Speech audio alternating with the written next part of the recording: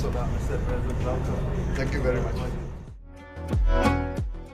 Presiden Republik Indonesia Prabowo Subianto menyampaikan pidato kenegaraan perdananya di hadapan lembaga legislatif luar negeri Kamis 10 April. Pidato tersebut disampaikan langsung di gedung parlemen Turki Ankara di depan ketua dan anggota parlemen Turki.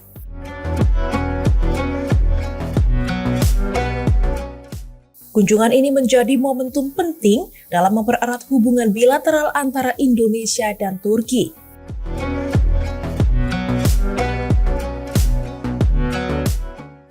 Sekaligus menandai komitmen pemerintahan Prabowo untuk memperluas kerjasama strategis di kawasan internasional.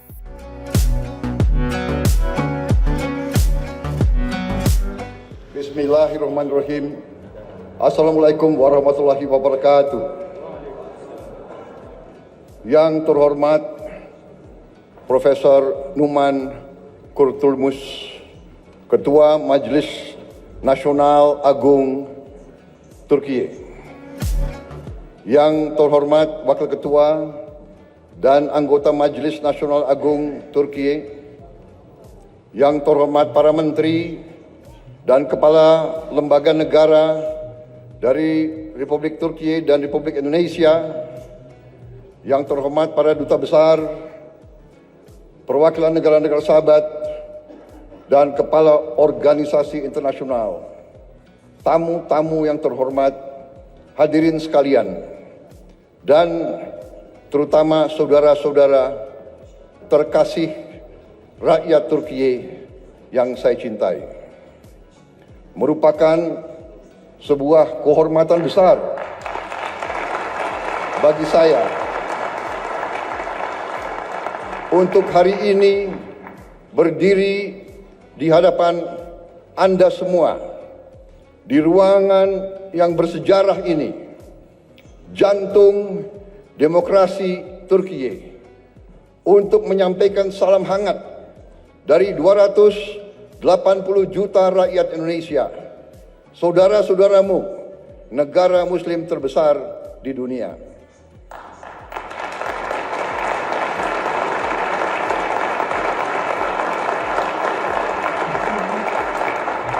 Saya ingin menyampaikan bahwa ini adalah pidato pertama saya sebagai Presiden Republik Indonesia di depan parlemen di luar Indonesia.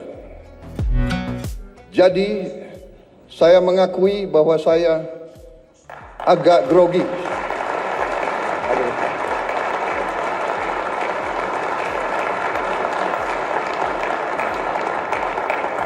Kunjungan ini bukan sekedar kunjungan kenegaraan. Bagi saya, ini adalah sebuah momen pribadi. Saya datang ke Turki tidak hanya sebagai Presiden Republik Indonesia, tapi sebagai seorang sahabat, seorang saudara, sebagai seseorang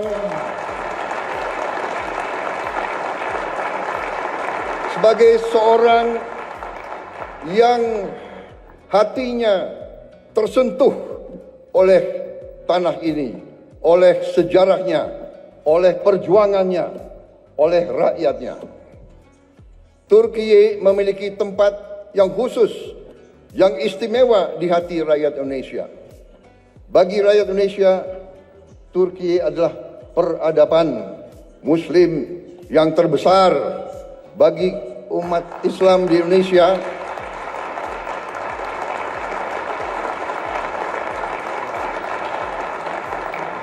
bagi kami Turki adalah penerus dari peradaban Osmani, peradaban Ottoman. Kita ingat dalam sejarah kita pada saat sultan-sultan kita diserang oleh imperialis dari barat, Kekaisaran Ottoman mengirim bantuan, mengirim senjata, mengirim tentara, mengirim penasihat.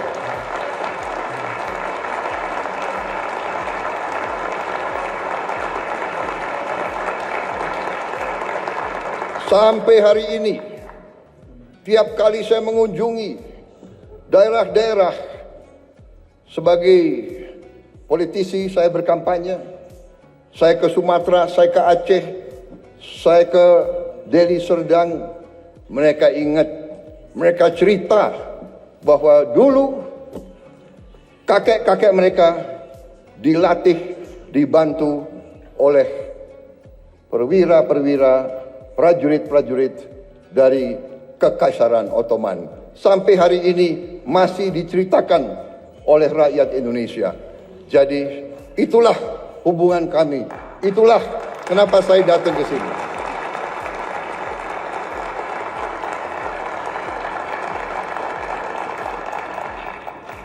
Mungkin saya adalah politisi Indonesia yang paling sering ke Turki. Mungkin pemerintah Anda bisa mencatat hampir tiap tahun saya hadir di Turki. Terima kasih rakyat Turki menerima kami dengan hati yang terbuka dan dengan tangan yang terbuka.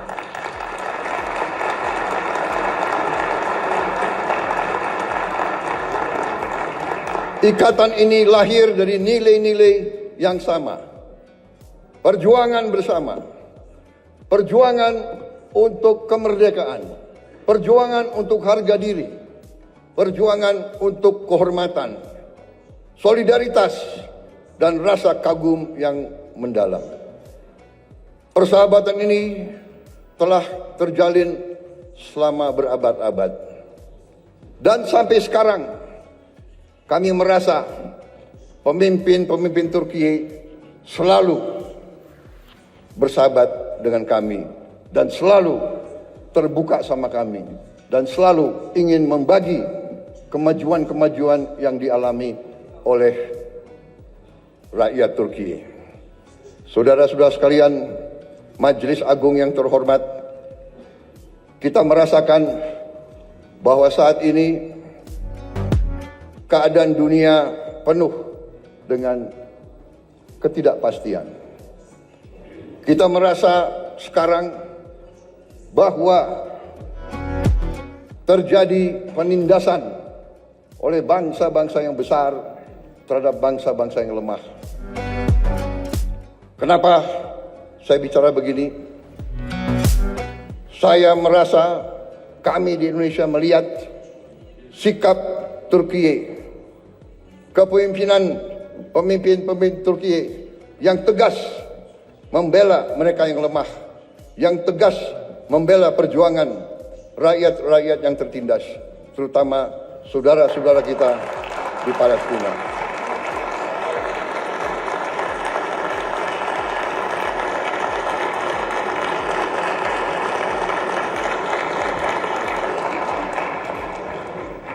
Banyak negara bicara tentang demokrasi, bicara tentang hak asasi manusia.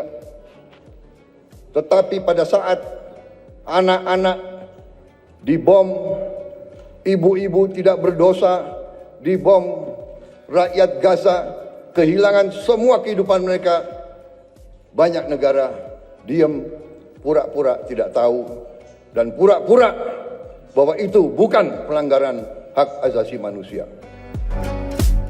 Turki punya sikap yang tegas, karena itu kami merasa ingin bersama Turki membela keadilan, kebenaran di dunia yang sekarang penuh ketidakpastian.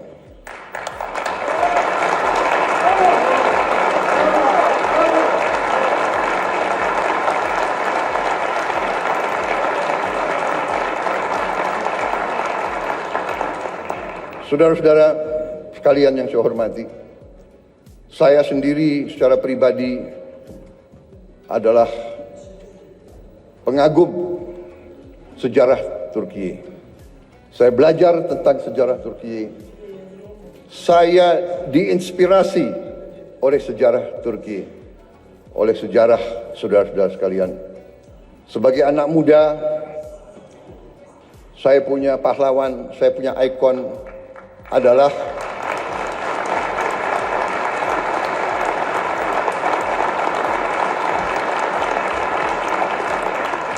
sebagai anak muda, pahlawan saya, ikon saya adalah Mustafa Kemal Atatürk.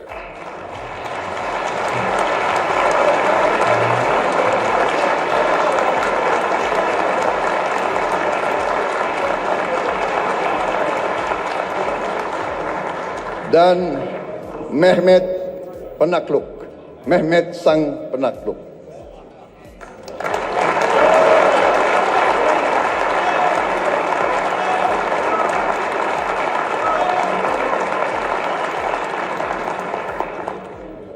Saudara-saudara sekalian, kalau saudara datang ke kantor saya di Jakarta, kalau saudara datang ke rumah saya di Jakarta,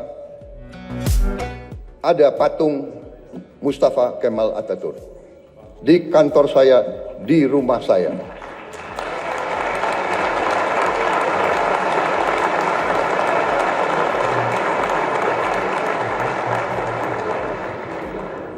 Bagi kami, tidak hanya di Indonesia, saya bicara di Global South, di negara-negara yang sedang berkembang, Mustafa Kemal Atatürk adalah sebuah ikon, sebuah contoh keberanian,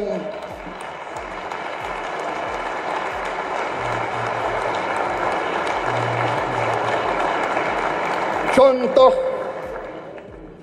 kepemimpinan, contoh patriotisme, contoh semangat tidak mengenal menyerah.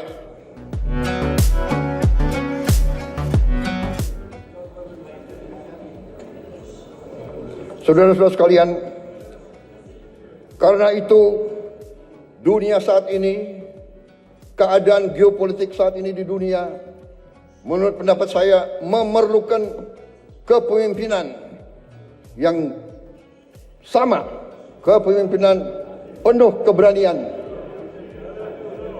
kepemimpinan penuh kearifan. Saudara-saudara sekalian, Turki dan Indonesia harus tampil, harus kuat. Saudara-saudara sekalian, kalau kita bekerja sama,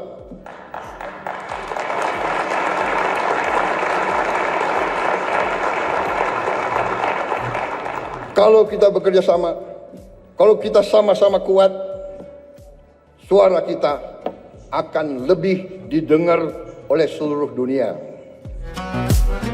Saudara-saudara sekalian,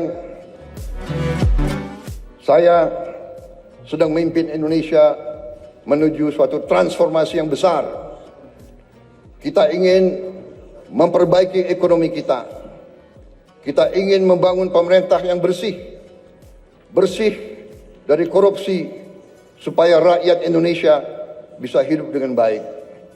Karena itu, saya ingin semakin dekat dengan Turki.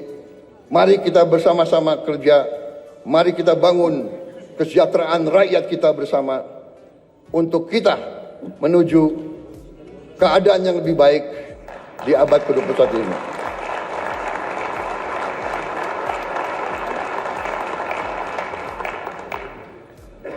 Peradaban kita memerlukan suatu perjuangan mencapai hak semua bangsa untuk hidup dengan baik, hidup dengan aman, hidup dengan damai, tanpa penindasan oleh siapapun. Saudara-saudara sekalian, saya yakin Turki dan Indonesia dapat berbuat yang terbaik bagi kepentingan umat manusia dan dunia. Terima kasih. Wassalamualaikum warahmatullahi wabarakatuh. Terima kasih.